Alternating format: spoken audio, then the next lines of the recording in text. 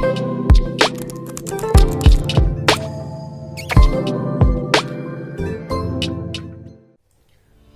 Friends, mind booster channel में आपका सभी का स्वागत और अभिनंदन। बोर्ड परीक्षा बहुत नजदीक आ गई है।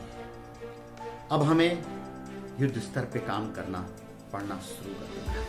सभी विद्यार्थी कमेंट सेक्शन के माध्यम से, मेल के माध्यम से जानकारी प्राप्त हो रही है कि पूरी तरकीब से लग गए हैं कि हम लोग के एग्जाम जो है एकदम करीब है। अब इस बात को हमें समझना है कि हम किस तरीके से एग्जामिनेशन में लिखें कि हमारा पेपर बिल्कुल भी न छूटे और हमारी हैंडराइटिंग भी बहुत अच्छी रहे और हम हर चीज को बहुत ही अच्छे ढंग से पॉइंट वाइज नोट करते हुए और प्रेजेंटेशन को देते हुए हम अपने उत्तर को पूर्ण कर लें। इसके लिए सबसे पहली चीज जो है आवश्यक है कि हमारा जो राइटिंग स्किल है वो बहुत ही अच्छा होना चाहिए। और सबसे बड़ी बात क्या है कि हमें यह दिमाग में पूर्ण रूप से कैलकुलेट कर लेना चाहिए, ये 3 घंटे का जो पेपर है वह हमें 2 घंटे 45 मिनट में हर तरीके से फिनिश कर लेना है।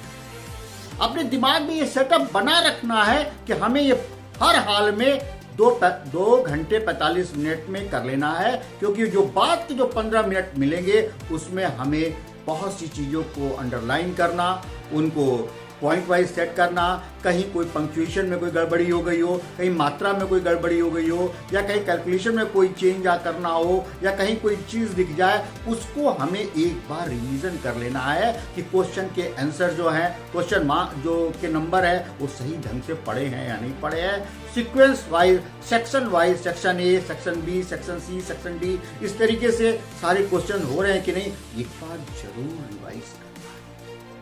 तो इसके लिए क्या है कि हमें पूर्ण रूप से अपने मानसिक पूरा व्यवस्थित करके ये चलना है कि हमें अपना पेपर जो है सही समय पर पूर्ण करें।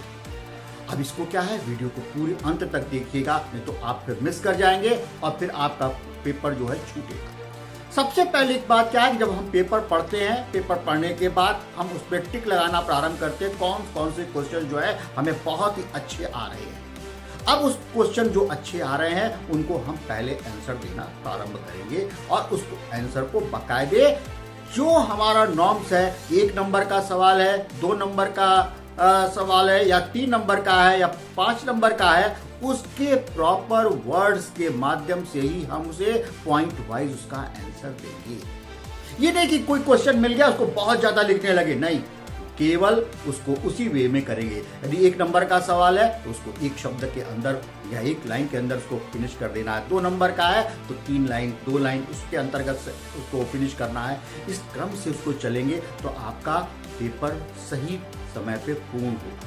जब हम जरूरत से ज्यादा लिखने लगते हैं, क्योंकि सीबीएसई का जब पेपर बनता है तो उसमें क्या टाइम कैलकुलेशन पहले से फिक्स रहता है कि हाँ यह पेपर इतने समय में पूर्ण हो जाना चाहिए। बच्चा कहीं पर भी ज्यादा लिखना शुरू कर देगा तो क्या होगा, उसके जो है दूसरे क्वेश्चन जो है छूटने लगते हैं।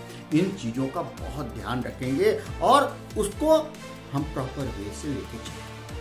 साथ में एक बात कहना चाहूंगा कि ये समय कैसे कंप्लीट होगा पूरा, कि समय से पेपर समाप्त हो जाए, उसके लिए क्या है, आपका पेन जो है बहुत ही अच्छा होना चाहिए। कई वीडियो में बता चुका हूं कि ऐसा पेन जिसमें कि उसकी निब बहुत अच्छी हो, उसका ग्रिप बहुत अच्छा हो, लाइट वेट हो, फ्लो अच्छा हो, तो आपको क्या होगा, आपकी हैंडराइटिंग जो होगी अच्छी आएगी और तेजी के साथ आप उस क्वेश्चन का आंसर लिख पाएंगे। साथ में क्या है कि जो राइटिंग प्रैक्टिस है इसको जरूर ध्यान रखेंगे। यह चीज बहुत ही अहम है कि हम अपने प्रीवियस क्वेश्चन पेपर को सॉल्व करें। उसके 2 फायदे होते हैं कि हमें राइटिंग स्किल में अपनी प्रैक्टिस बनती चली जाती है, हमारा हैंडराइटिंग पता चलता जाता है और हमें टाइम ड्यूरेशन का पता चल जाता है कि किस क्वेश्चन में हमें कितना लिखना है, कितना हमें आंसर देना है।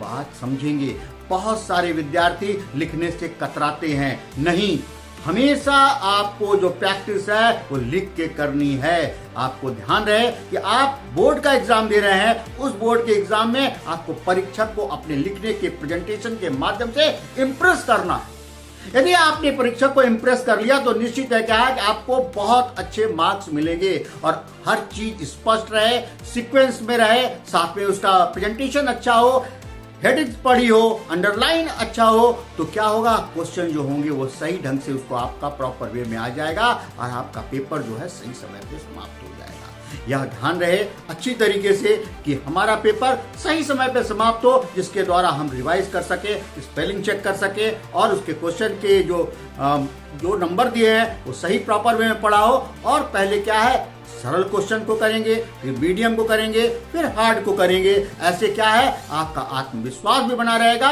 और आपकी प्रैक्टिस भी बनी रहेगी और बहुत अच्छे से आप प्रॉपर लिखते चले जाएंगे, जिसके द्वारा क्या होगा, पेपर जो होगा इन टाइम खत्म होगा।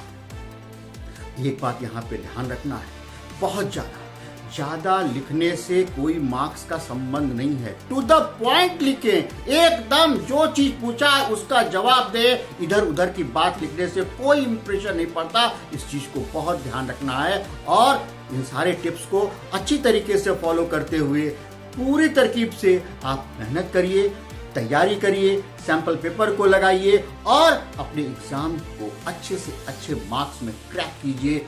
बहुत बहुत ढेर सारी शुभकामनाएं। जय भारत, जय देश।